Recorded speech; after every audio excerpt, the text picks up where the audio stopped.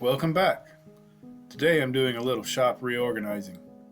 I want to move my lathe to a more convenient location with the tools a little closer.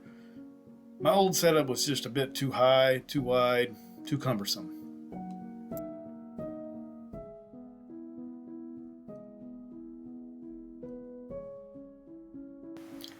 I'm using a digital angle gauge to tilt my miter saw exactly 7 degrees.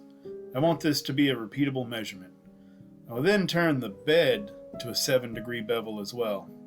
It'll make sense later.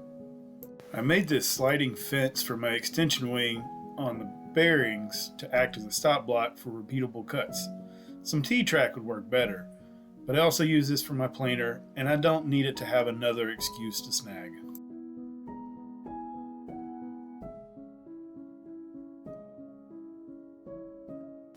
Because math is hard, I decided to mark on my assembly table with the max width I wanted for the legs, so I could then measure off the angles and the work pieces. There are formulas for this type of shape, but I don't know the shape to look up the formula, so take the math away.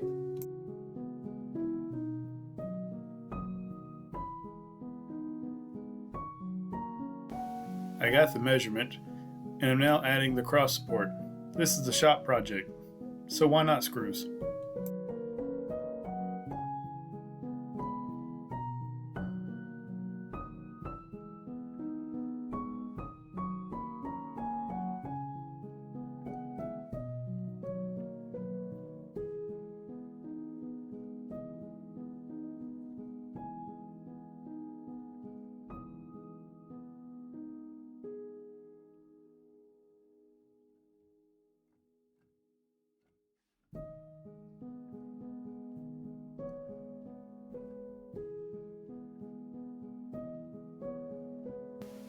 See, I told you it'd make sense later.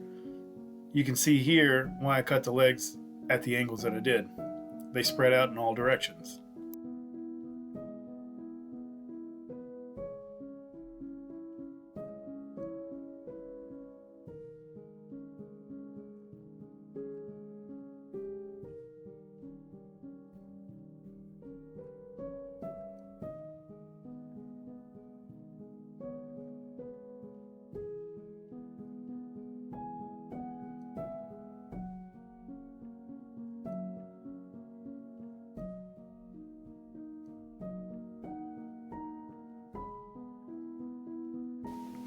And here is where the battery shuffle begins. We've all been there. I don't use my drill and impact often enough to remember to charge the batteries, so I'll just keep switching back and forth, and back and forth, and back and forth, until I get this done.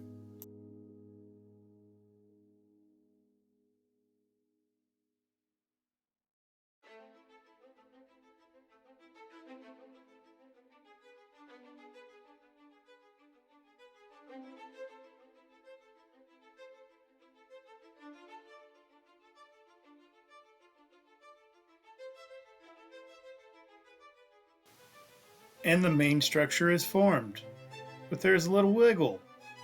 I indicate this with some vague hand gesturing that I need to add stretchers. Ah, the struggles of working alone. Not enough hands?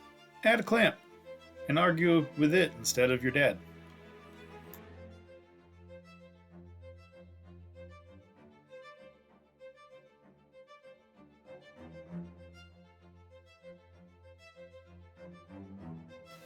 My neighbor and his granddaughter stopped by to see Sonny, but she was inside because it was hot. But we cut Steve out of this video. He's not a paid actor.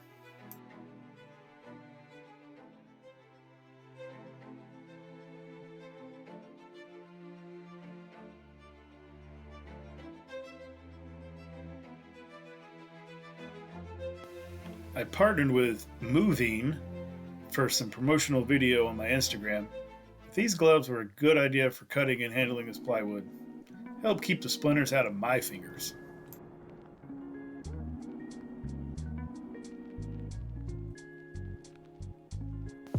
After cutting the plywood to the correct length, I'm now going to cut it to the correct width on the table saw.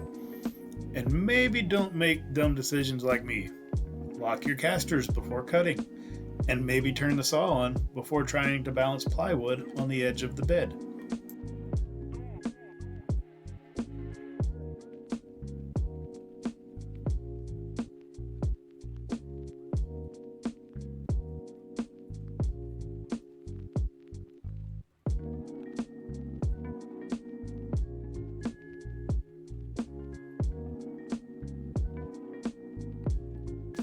I got this cool countersink drill bit set, but the drill bits are little nubby things.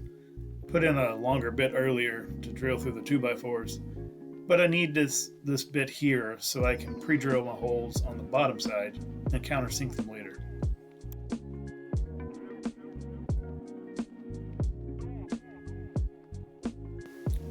And because I forgot to mark the holes on the long sides, let's do it now and waste a little time. Be a little inefficient. Why not?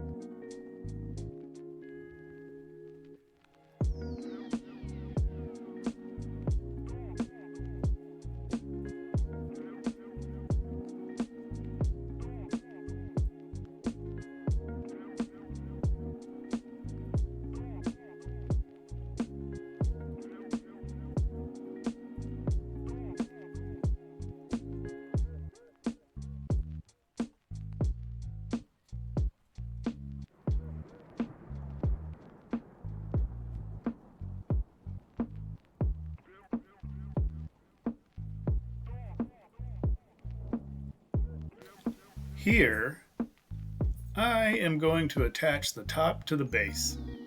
I'm going to attach on one corner first and then the other off camera because I have amazing videographer skills to square it up. If there's any wiggle or wobble or play or twist or bows, this should help bring those out.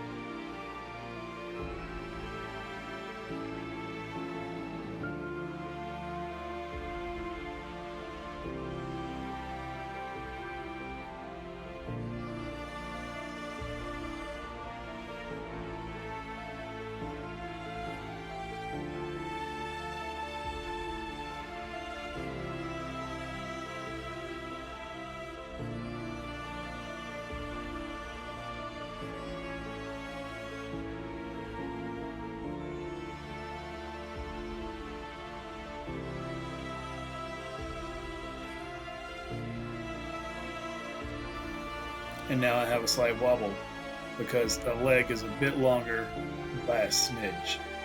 I'm using the speed level to get the idea of which leg is worst. Spoiler, it wasn't any of them. I was just on top of some shavings on one leg and didn't notice it. But I'll discover that after I'm playing a bit off.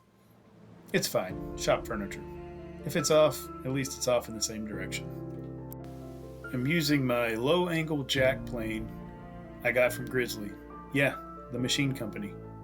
then a block plane to chamfer the edges to keep them from splitting, like the professionals tell me I should. All of this with the confidence of a child in a Batman costume.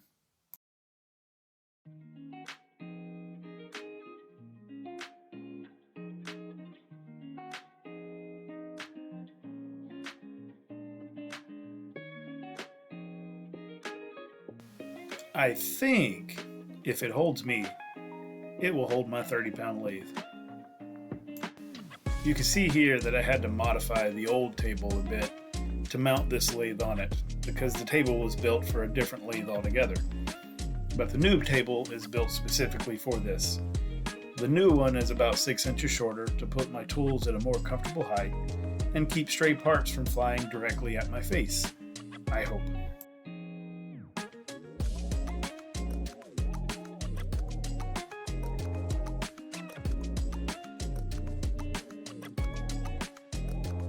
I'm going to perform a series of complicated trigonometry to figure out how to square this up. Nope, I'm not. I'm just going to loosely bolt the end down and eyeball the squareness. Remove the math from the equation.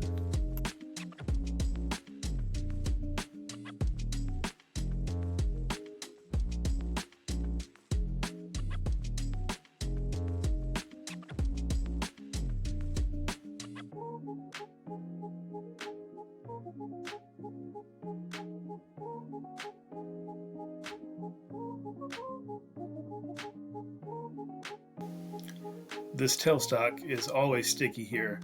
The guide on the bottom is riveted in and they have gained some flexibility over the years.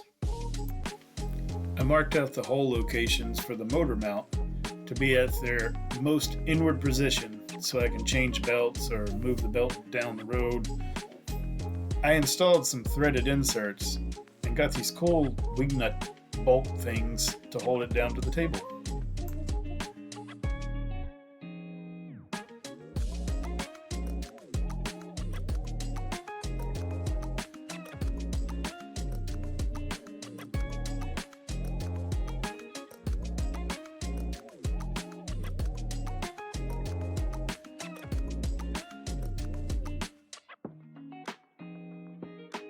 Now that the lathe is in its new home, of course the tools will need a new home. I've been using this French cleat section to hold jigs and table saw sleds and just other junk that I couldn't convince myself to throw away. But things found a new home to make room for the tools. I was going to mount them under the table at first, but I didn't like the idea of bending over and changing a tool while the machine spun over my head.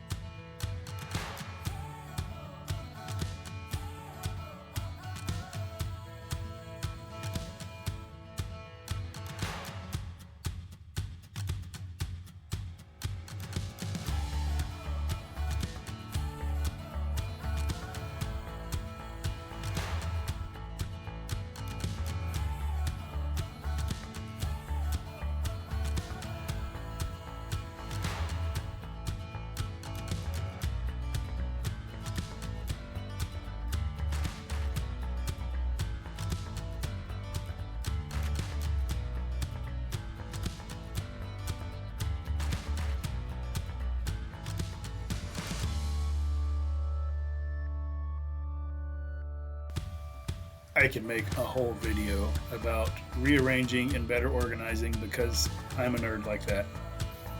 This actually led me to making some other projects because I just enjoy this too much.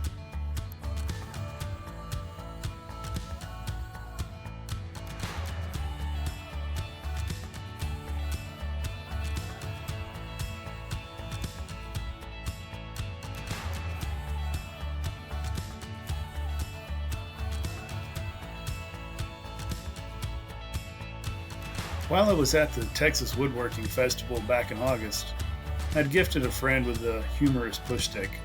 Had a middle finger on the end. Mike Coffey thought it was funny and made the joke that he needed one to teach his classes with. So I thought this would be a good opportunity to test out the lathe in his new home and get Mike his stick to point at people.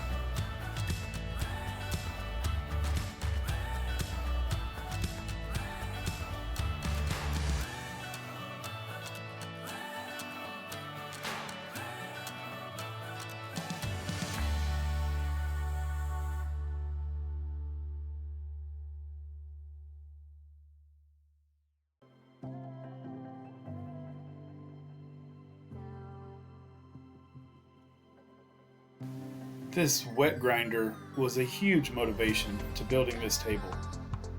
Having it right near the tool that would need the most sharpening is pretty handy. I mean, it just cluttered up my old table.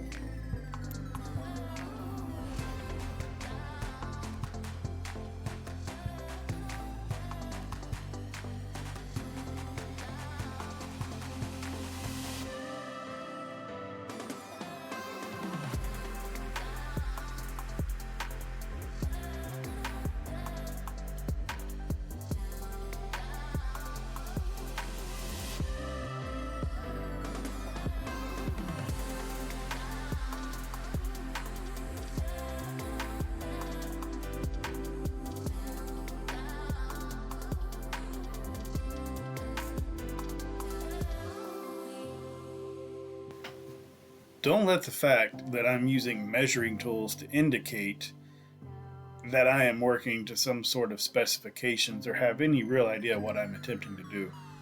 This is all by feel and an idea, and it'll be what it'll be.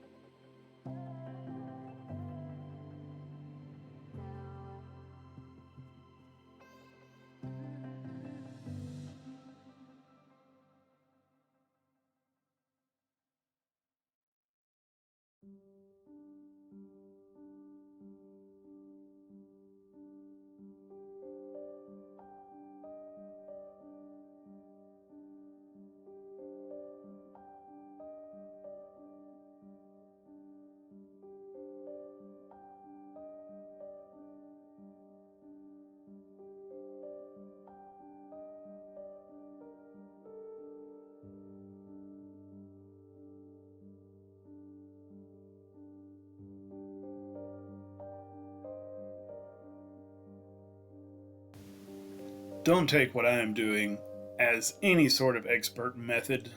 I am self taught. And the teacher was absent most days, if you know what I mean. If you generally want to learn how to properly use a lathe, look up some woodworking schools or turners or classes in your area and learn from somebody smart.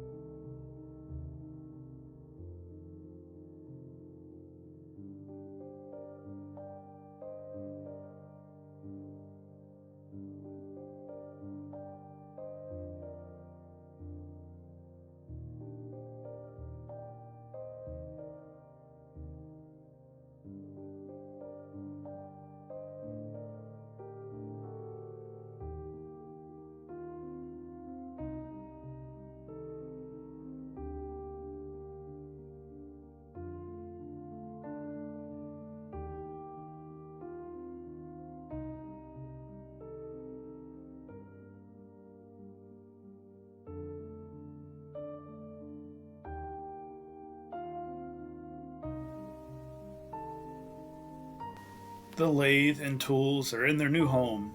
The height is perfect for me because I'm a hobbit. It runs much smoother than before. Now let's inspect the machine. Thanks for watching. Hope you've been inspired to wander around your shop and move stuff around too. Please do the YouTube things and follow me on Instagram for more behind the scenes stuff.